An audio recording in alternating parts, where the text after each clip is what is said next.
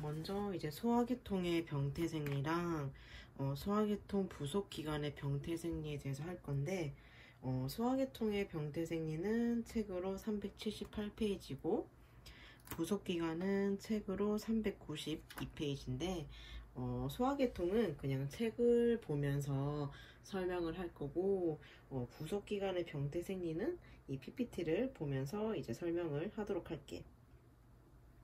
그래서 먼저 이제 소화기관의 병태생리부터 할 거고, 페이지는 378쪽을 보면 될 것 같아.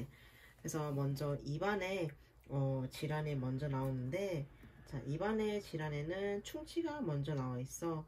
이제 충치라 하면 이제 사계질이라든지 상아질, 시멘트질의 화학적 및 물리적 침식을 가져오는 게 충치야. 그래서 치고에 포함된 세균의 경우에는 스트랩토코쿠스 무탄이 이 발생에 관여를 해. 즉, 이 스트랩토코쿠스 무탄은 충치균이야. 그래서 이 충치균이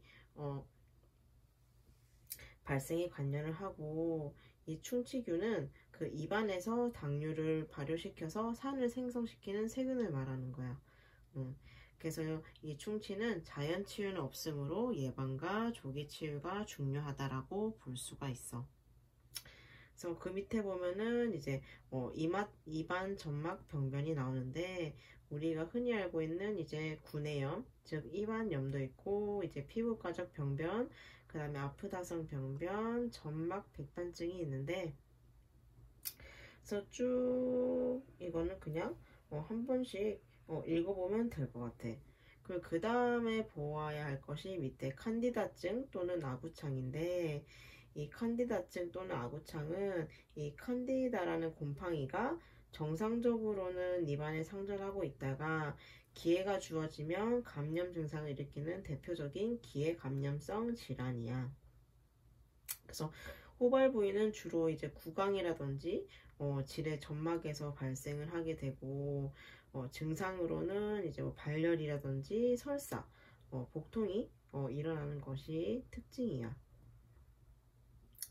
그래서 세 번째 점을 보면 임상적으로는 입안 점막에 우윳빛의 백태를 형성하는데, 이것을 벗기려고 하면 출혈이 일어나게 된다. 그래서 그 밑에 보면 아구창은 이제 입안 내 칸디다증으로 발열과 위장 증상을 동반한다 라고 할 수가 있어. 그래서 이 아구창은 이 칸디다가 구강 점막에 증식하는 병이야. 그래서 이 칸디다를 침범 부위에 따라서 나뉘게 되는데, 칸디다가 이제 피부 점막에 침범했으면 그것은 피부 점막 칸디다증이고, 신부에 침범을 했으면 이제 신부 칸디다증이 있는데, 이 아구창은 피부 점막 칸디다증에 속하게 되는 거야. 그래서 이 아구창은 칸디다의 한 종류 중에 하나다라고 볼 수가 있어. 그리고 이제 옆에는 입안 종양이 있고, 이걸 넘어가서 밑에 보면 이제 침샘 질환이 있는데, 우리가 흔히 알고 있는 볼거리가 있지. 그래서 같은 말로 급성 유행성 기미샘염이라고도 하는데, 이것은 바이러스에 의한 전신성 감염 질환으로 소아에게 잘 걸리고 발열, 동통, 기미샘 종창이 발생하며 사춘기 이후에는 고환련, 남소연 등이 발생하기도 한다. 그래서 얘는 이자라든지 고환, 난소 등 다른 전신 장기를 침범한다. 그래서 이 원인 바이러스는 되게 종류가 많아.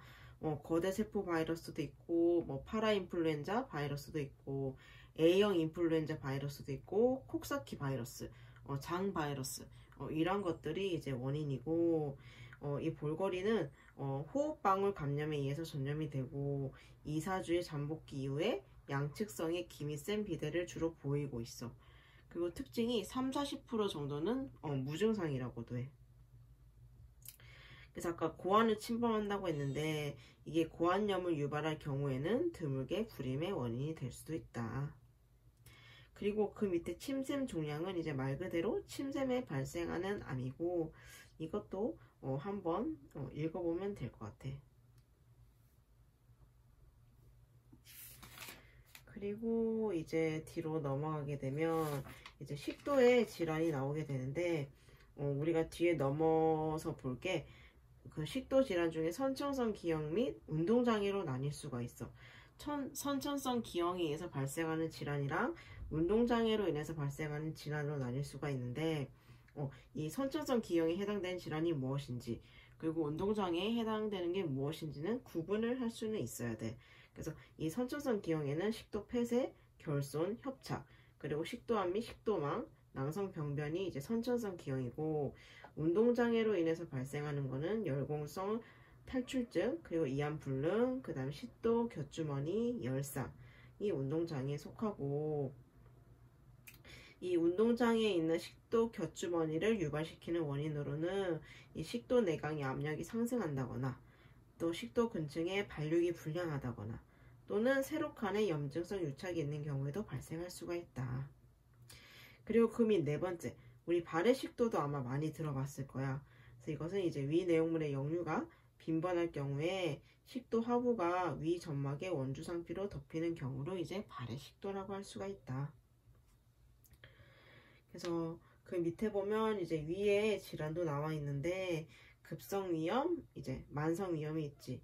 이 만성위염은 이제 위에 만성염증성 질환을 말하는 건데, 이 점막의 위축과 이제 상피세포에 화생을 일으키는 병터야. 그래서 만성위염은 종류가 네 가지로 나뉘어져 있어.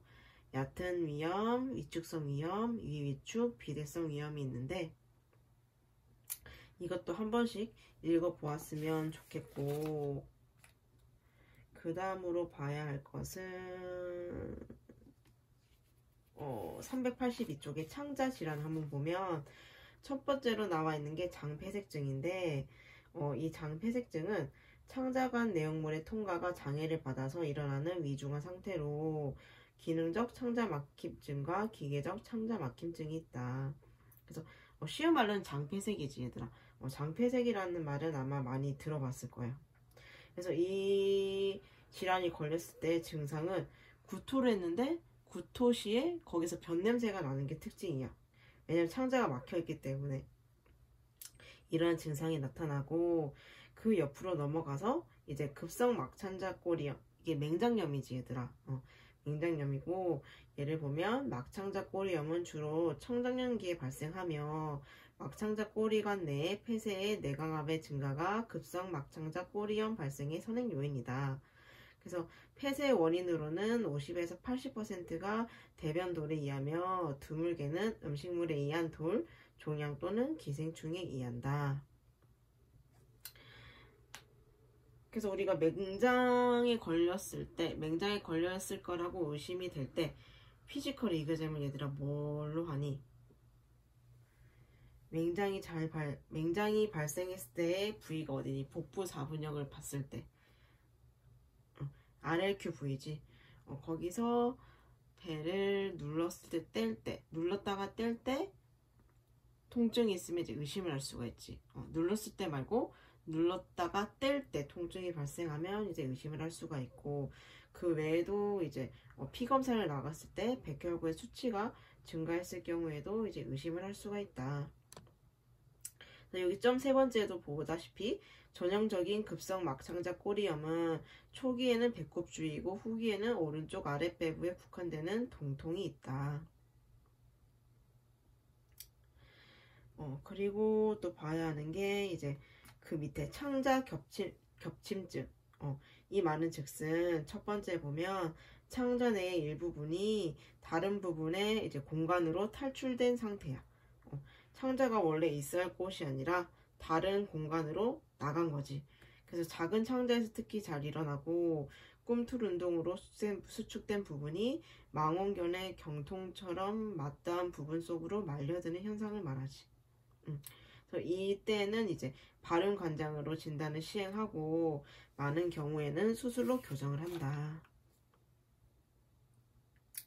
그래서 여기까지가 이제 우리가 소화계통의 병태생리에 대해서 보았고, 우리가 그 다음으로 보아야 될 게 소화계통 부속기관의 병태생리야.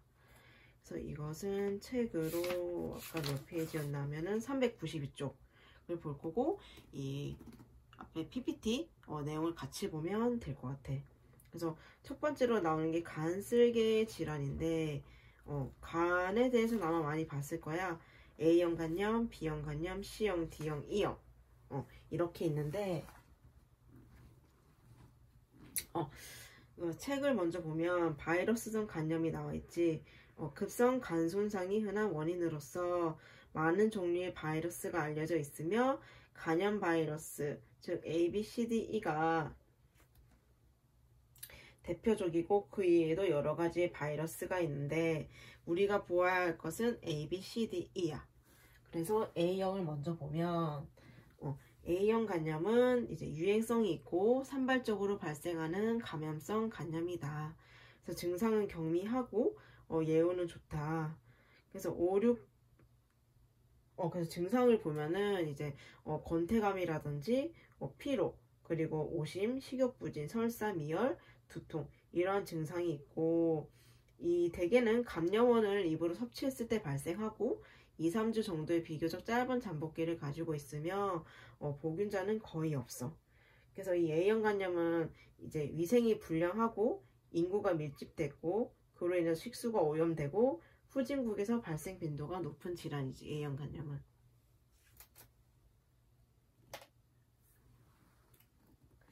그리고 이제 B형 간염은 책에도 나와 있듯이 혈액이나 혈액 제제에 의해서 전파가 되고 이제 비교적 잠복기가 6주에서 8주로 길고 보균자가 높은 빈도로 발생하는 DNA 바이러스다라고 되어 있어. 그래서 예전에는 B형 간염이 이제 보통 뭐 수혈이라든지 그리고 오염된 주사바늘로 오염이 된다고 했는데 최근에 밝혀진 사실로는 이 B형 간염이 이제 수혈이라든지 혈액뿐만 아니라 침, 소변, 분변, 정액으로도 전파되는 게 확인이 됐어. 그래서 이것도 일종의 성매개 질병으로 보기도 하고 있어. 그래서 태반을 통해서도 이제 모체에서 태아에게 전파가 되기 때문에 이것은 백신을 접종을 하면은 95% 정도는 예방을 할 수도 있다고 해. 그래서 B형이 이제 최근에 그렇게 또 다른 사실이 밝혀진 게 있고 그 다음으로 옆 페이지 가면 C형 간염이 있어. C형 간염은 이제 성을 매개로 전파된다는 점에서는 B형 간염과 비슷하지만 그치? 좀 전에도 말했듯이 B형 감염도 이제는 침, 소변, 분변, 정액으로도 전파가 되기 때문에 일종의 성매개 질병으로 본다고 했잖아.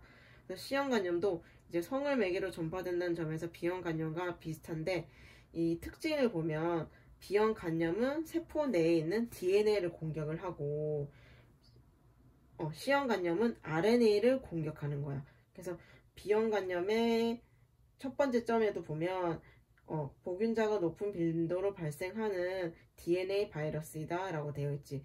그래서 B형 간염은 세포 내의 DNA를 공격하고 C형 간염의 첫 번째 설명을 보면 혈액이나 혈액 제제 또는 성 접촉에 의해서 전파되는 RNA 바이러스로서 라고 되어 있지.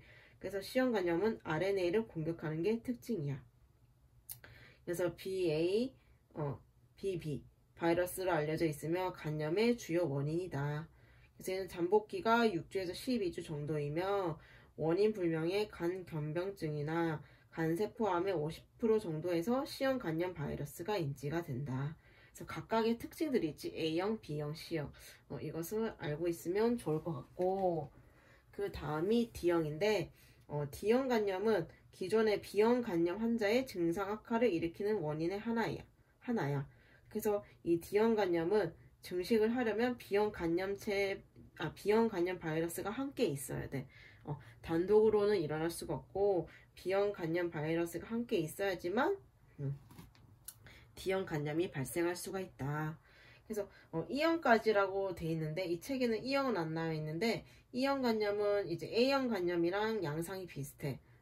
분변 구강을 통해서 오염이 되고 주로 수질 오염을 통해서도 이제 E형 간염이 발생할 수도 있다라고 정도만 알고 있으면 될 것 같고 이 A, B, C, D 형의 간염의 특징들을 알고 있으면 좋을 것 같아. 그래서 이 간염에도 급성 간염이랑 만성 간염이 있어. 이 책의 급성 간염을 보면 얘는 전신 권태감, 식욕 부진, 욕지기, 구토, 황달 등의 증상이 나타난다. 그래서 검사 소견으로는 이제 간의 지표인 OTPT의 수치의 상승이 보이고, 원인 바이러스 진단은 HAV 항체, HVB, HCV 항체를 중심으로 이제 검사를 시행하게 돼. 또 이제 만성간염은 밑에 나와 있는데, 얘 또한 전신 건태감이랑 식욕 부진 등의 증상이 나타나며, 급성에서는 이제 황달 등의 증상이 나타난다고 했는데, 만성에서는 급성과 달리 황달의 출현은 비교적 적은 편이야. 그래서 간염 바이러스에 감염이 되어 6개월 이상 간 기능 이상이 지속될 경우 이제 만성으로 진단을 하게 된다. 그래서 만성 간염이 보이는 것은 B형 간염과 C형 간염이고, A형 간염은 만성화하지 않는다. 그래서 그 뒤에도 이제 간에 대한 이제 질병이 나와 있는데, 여기서 우리가 물론 쭉 읽어봐야긴 하지만 짚고 넘어갈 부분은 이제 간경병증을 볼 거야. 그래서 이 간경병증은 이제 간 실질 조직 세포가 소실이 되었거나, 또는 혈관 망곡을 동반하는 망상 조직의 허탈과 섬유 조직이 증식됐을 때 발생을 하고, 특징이 이제 복수를 일으키기 쉬운 질환이야. 복수는 이제 복막강 내에 액체가 고인 상태지. 그래서 간경병증 환자들 보면 이렇게 복수가 차있어. 복부가 되게 팽만돼 있거든. 땡땡. 그래서 발병 원인은 다양하나 바이러스 감염, 기생충, 후천성 매독, 음주, 약물의 독성 등이며, 형태학적으로는 알코올성 경화증, 괴사후성 경화증, 쓸개즙 경화증이 있다. 그리고 이제 우리가 보아야 할 것은 395쪽에 쓸개염, 담낭염도 많이 들어봤지. 얘는 대부분 쓸개돌증을 동반하고, 오른쪽 갈비 아래 부위, 즉 우상복부 통증, 동통을 일으키는 흔한 질환이야. 그리고 또 봐야 할 것이 이제 황달, 그 밑에 있는 황달인데, 황달은 이제 혈중에 빌리루빈 색소가 과잉 상태로 된 것이며, 원인은 빌리루빈의 과잉 생산, 그리고 합성 결여, 간후성 폐쇄 등으로 볼 수가 있다. 이 황달은 그래서 쓸개랑 간의 질병 증상이에요. 그래서 쓸개관이 막힘으로써 쓸개즙은 간으로 역류를 해서 이제 황달을 유발하는 거지.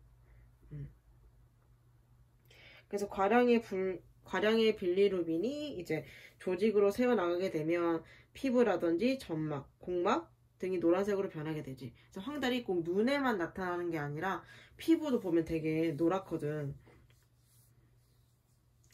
그래서 이렇게 증상이 나타난다. 그래서 황달에도 종류가 있어.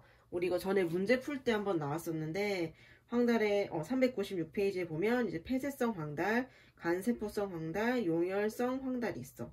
그래서 폐쇄성 황달은 당간이나 담석에 문제가 생겼을 때 발생을 하는 거고, 간세포성 황달은 이제 간 기능이 손상되어서 이제 효소 결핍으로 인해서 발생을 하는 거고, 용혈성 황달은 이제 뱀독이라든지 또는 ABO형 부적합 수혈 등에서 발생을 할 수가 있다. 그래서 증상을 종류에는 이런 것들이 있다라는 것을 알고 있었으면 좋겠어. 그래서 우리가 한 거는 이제 여기까지가 끝이 났고, 말을 천천히 한다고 했는데 또 내가 중간에 빨라졌을지도 몰라. 내 마음이 또 급해져가지고. 그래서 소화계통은 이렇게 해야 끝이고, 우리가 그 다음으로 봐야 할 챕터가 챕터 5를 다시 봐야 될 것 같아. 챕터 5 순환계통을 하고, 이제 그 다음은 이제 챕터 7 호흡계통을 이렇게 쭉쭉 이어갈 거거든.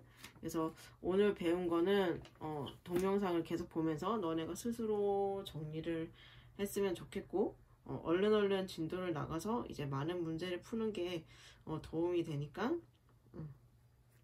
다소 벅차더라도 좀 잘 따라와 줬으면 좋겠어. 그래서 오늘 준비한 내용은 여기까지고, 이제 다음 시간에는 챕터 5 순환 파트에 대해서 또 진도를 나가보도록 할게. 아마 내 목표는 순환 파트도 다음 시간에 끝내는 게 목표긴 하지만 순환계는 양이 많아서 다 끝내질지는 모르겠어.